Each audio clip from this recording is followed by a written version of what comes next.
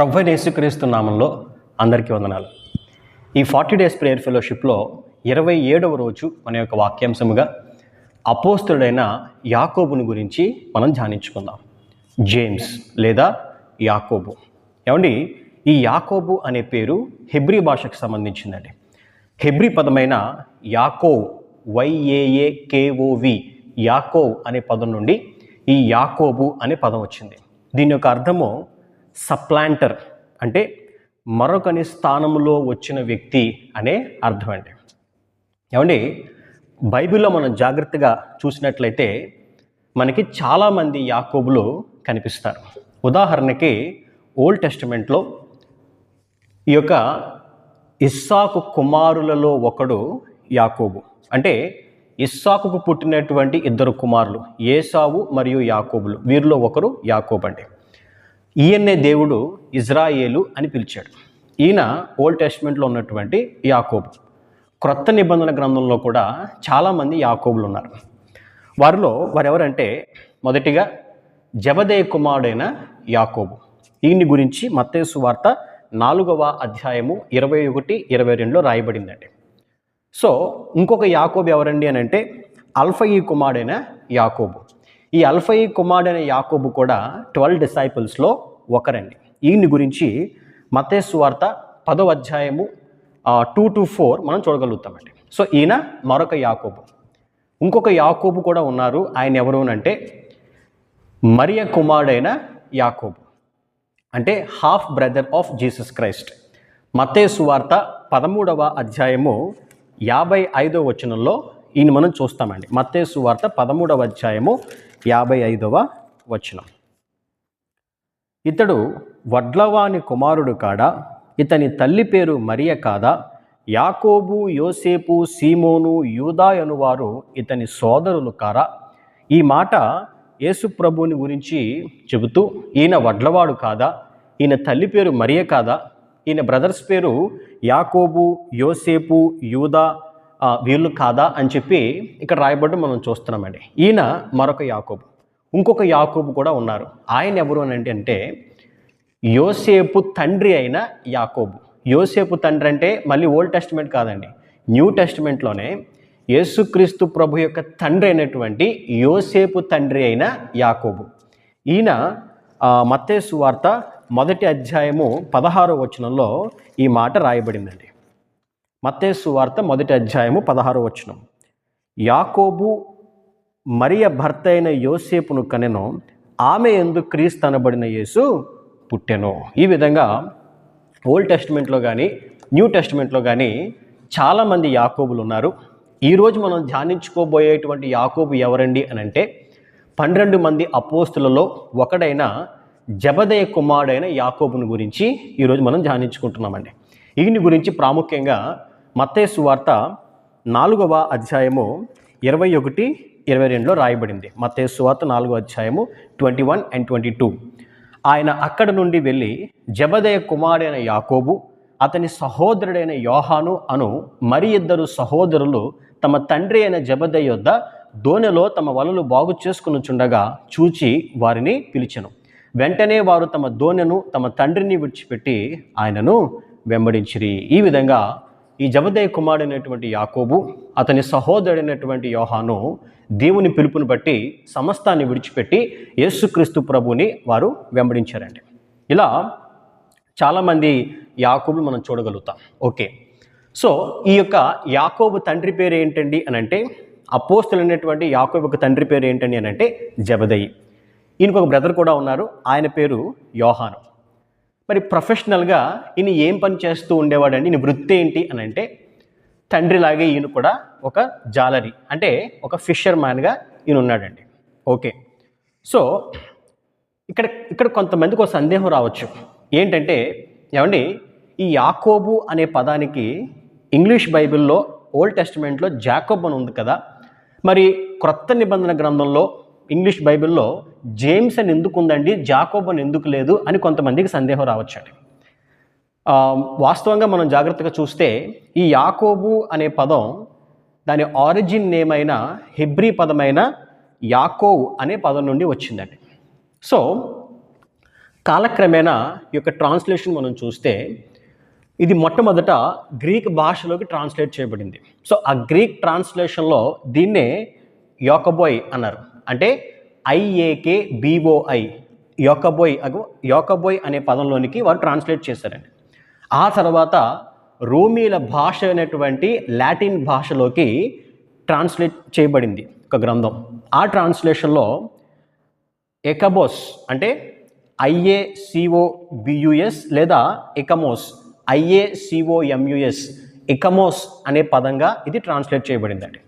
So ఈ translation అవుతూ English బైబిల్కి వచ్చేటప్పటికి జేమ్స్గా ఈ యొక్క యాకోబు అనే మాట ట్రాన్స్లేట్ చేయబడింది. సో ఈ విధంగా ఓల్డ్ టెస్ట్మెంట్లో జాకోబ్ అని ఉన్నప్పటికీ న్యూ టెస్ట్మెంట్కి వచ్చేటప్పటికి జేమ్స్ అని రాయబడడం మనం చూస్తామండి. సో ఈ యాకోబు గారు ప్రభు అయిన యేసుక్రీస్తు ప్రభుకి ఆయనకున్నటువంటి 12 మంది శిష్యుల్లో ఒక ప్రధానమైన శిష్యుడండి. నిన్న కూడా చెప్పడం జరిగింది. అదేంటంటే యేసుక్రీస్తు ప్రభుకున్నటువంటి ఆ యొక్క ఇన్నర్ సర్కిల్, ఆ ముగ్గురు ప్రధానమైన శిష్యులు ఎవరండి వారు? పేతురు, యాకోబు, యోహాను. ఈ ప్రధానమైన ముగ్గురు శిష్యుల్లో ఒకరు ఈ యొక్క యాకోబు. ఈయన జీవితంలో మనం చూడగలిగే కొన్ని విషయాలను, మనం నేర్చుకోగలిగే కొన్ని విషయాలు మనం ధ్యానించుకుందామండి. ముందుగా James saw the transfiguration or glorification of Jesus Christ. అంటే యేసుక్రీస్తు ప్రభు యొక్క మహిమను లేదా రూపాంతర స్వరూపాన్ని చూసిన ముగ్గురు అపోస్తులలో ఒకడు ఈ యాకోబు. మత్తయి సువార్త 17వ అధ్యాయము మొదటి 2 మనం చదువుకున్నట్లయితే మాథ్యూ చాప్టర్ 17 verse 1 and 2. 6 దినములైన తరువాత యేసు పేతురును, యాకోబును, అతని సహోదరుడైన యోహానును వెంట పెట్టుకొని ఎత్తైన ఒక కొండ మీదకి ఏకాంతముగా పోయి వారి ఎదుట రూపాంతరము పొందెను. ఆయన ముఖము సూర్యుని వలె ప్రకాశించెను, ఆయన వస్త్రములు వెలుగు వలె తెల్లనివాయెను. ఏమండి, చదవబడినటువంటి ఈ వాక్య భాగంలో యేసుక్రీస్తు ప్రభు ఈ ముగ్గురు శిష్యుల్ని వెంట పెట్టుకుని ఒక ఎత్తైన ఒక కొండ మీదకి వెళ్ళారు. అక్కడ ఆయన రూపాంతరం చెందడం నీకు రాయబడిందండి. సో సూర్యుని వలె ప్రకాశించిన ఆయన ముఖమును, వెలుగు వలె తెల్లనివైన ఆయన వస్త్రాలను, ఆయన ట్రాన్స్ఫిగరేషన్ని చూసినటువంటి ముగ్గురు అపోస్తులలో ఈ యొక్క భక్తుడైనటువంటి యాకోబు ఒకరు. ఏమంటే దీన్ని బట్టి మనం ఏమర్థం చేసుకోవాలండి అని అంటే, మన జీవితంలో మనం దేవునికి ఎంత స్థానం ఇస్తాము లేదా ఆయన వాక్యానికి మనం ఎంత స్థానం ఇస్తాము అనే దాని మీదే మనం ఎంత దీవించబడతాము అనేది మొదట ఆధారపడి ఉంటుందండి. మనం దేవునికి, ఆయన వాక్యానికి మనం ఎక్కువ ఇంపార్టెన్స్ ఇచ్చి ఆ వాక్యానుసారంగా మనం జీవించినట్లయితే మనం బహుగా ఫలించగలుగుతాం. అలా కాకుండా కేవలము ప్రభు యొక్క మాటలను కేవలం విని ఊరుకునే వారముగా మనం ఉంటే మనం అంత గొప్పగా ఫలించలేమండి. ఇక్కడ ఈ భక్తుడైనటువంటి యాకోబు యేసుక్రీస్తు ప్రభువుకి అతి సమీపంగా జీవిస్తున్నాడు. ఆయనకు పూర్తిగా లోబడినట్లుగా మనం బైబిల్లో చూస్తున్నాం. అందుకే ఆయన రూపాంతర దర్శనాన్ని ఆయన పొందుకోగలిగాడండి. When we come closer to Jesus, he shows his glory to అస్.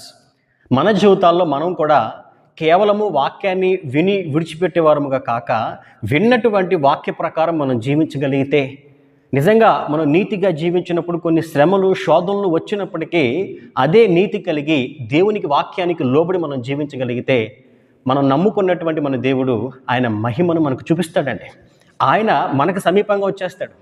బైబిల్లో ఒక మాట ఉందండి, యాకోబు పత్రిక 4వ అధ్యాయము 8వ వచనంలో, draw near to God and he will draw near to you.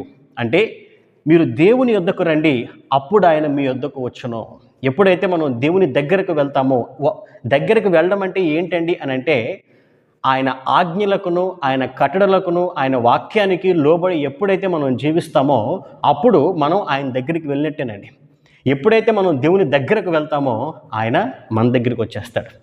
ఈ భక్తుడైనటువంటి యాకోబు ద్వారా మనం తెలుసుకోవాల్సిన మొదటి విషయం ఇదేనండి. రెండవదిగా మనం చూస్తే రైజింగ్ జైరస్ డాటర్, అంటే సమాజ మందిరపు అధికారి అయిన యాయిరు కుమార్తెను బ్రతికించే సందర్భం. లూకాసు వార్త 8వ అధ్యాయము 40 నుండి 56 వచనాల్లో ఈ సందర్భం ఉంది. అందులో లూకాసు వార్త 8వ అధ్యాయము 51వ వాక్యం మనం చదువుకున్నట్లయితే, లూక్ చాప్టర్ 8 వర్స్ 51. ఇంటికి వచ్చినప్పుడు పేతురు, యోహాను, యాకోబు అను వారిని, ఆ చిన్నదాని తల్లిదండ్రులను తప్ప మరెవ్వరిని ఆయన లోపలకు రానియలేదు. ఇక్కడ సమాజ మందిరపు అధికారి అయిన ఒక వ్యక్తి, ఒక కుమార్తె చనిపోతుందండి.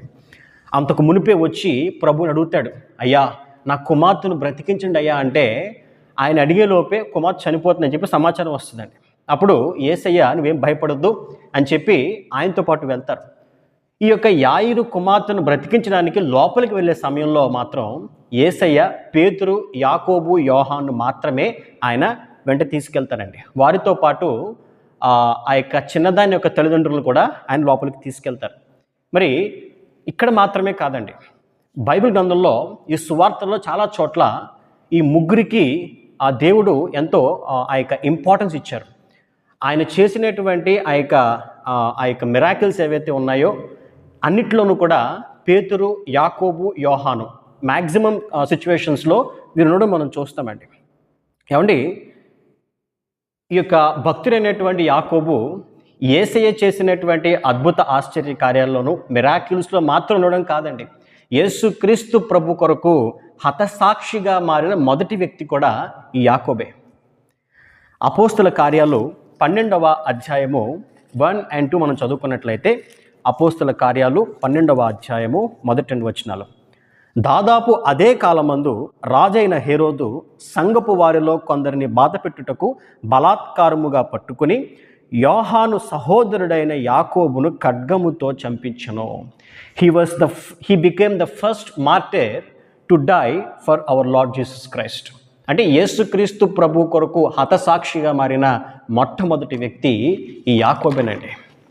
దేవుని కొరకు జీవితం కాదు, అవసరమైతే నా ప్రాణమైనా ఇచ్చేస్తానని చెప్పి యాకోబు సిద్ధపడ్డాడు. క్రీస్తు కొరకు బ్రతకడం మాత్రమే కాదు, అవసరమైతే నా జీవితాన్ని, నా ప్రాణాన్ని కూడా ఇచ్చేస్తానని చెప్పి ఆయన తన శిష్యులందరికీ కూడా, అక్కడ ఉన్నటువంటి తక్కిన శిష్యులకు, ప్రపంచానికి ఆయన చాటి చెప్పాడండి. అంత అద్భుతంగా ఆయన దేవునికి లోబడినట్లుగా ఇక్కడ మనం చూస్తున్నాం. ఈయన అందరికంటే ముందు చనిపోయాడని చెప్పి అందరూ చెప్తారు, కానీ నేనేమంటానంటే ఈయన అందరికంటే ముందుగా యేసుక్రీస్తు ప్రభువుని చేరుకున్నాడు అని నేను అంటానండి. కాబట్టి ఈరోజు మనం ధ్యానించుకున్నటువంటి అపోస్తలుడైనటువంటి యాకోబు ఏ విధంగా యేసుక్రీస్తు ప్రభు యొక్క మాటకు లోబడి సమస్తాన్ని విడిచిపెట్టి ఆయన వెంబడించాడు, ఆయనకి అతి సమీపంగా ఆయన ఏ రకంగా అయితే జీవించాడో మనము కూడా అదే రకంగా జీవించగలిగితే, మనము కూడా దేవుని కొరకు నమ్మకంగా జీవిస్తూ ఆయనకు అతి సమీపంగా ఎప్పుడైతే మనం జీవించగలుగుతామో, ఎప్పుడైతే ఒక సాక్రిఫిషియల్ లైఫ్ని మన ప్రభు కొరకు మనం లీడ్ చేయగలుగుతామో, మనం కూడా దేవుని మహిమను చూడగలుగుతాం, ఆయన రాజ్యానికి మనం వారసులుగా వెళ్ళగలుగుతామండి. మరి ఈ యొక్క యాకోబు భక్తుడి నుంచి వీటన్నిటిని మనం ధ్యానించుకోగలుగుతాం. దేవుడు తన పరిశుద్ధ వాక్కును దీవించి ఆశీర్వదించును గాక. ఆమేన్.